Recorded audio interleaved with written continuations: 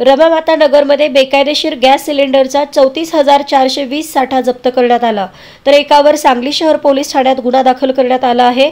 वाहिद मकसूद खतीब वय 34 राहणार खनबाग बसोबा गल्ली सांगली असे ताब्यात घेतलेल्याचे नाव आहे।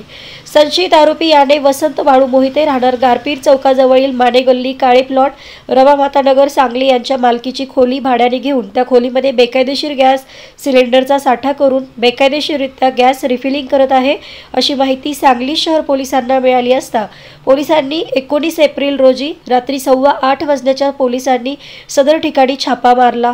खोलीमध्ये बेकायदेशीर गॅस सिलेंडरचा साठा, गॅस रिफिलिंग करता वापरली जाणारी इलेक्ट्रिक मोटार आणि इतर साहित्यासह संशयित आरोपी वाहिद खतीब मिळून आला।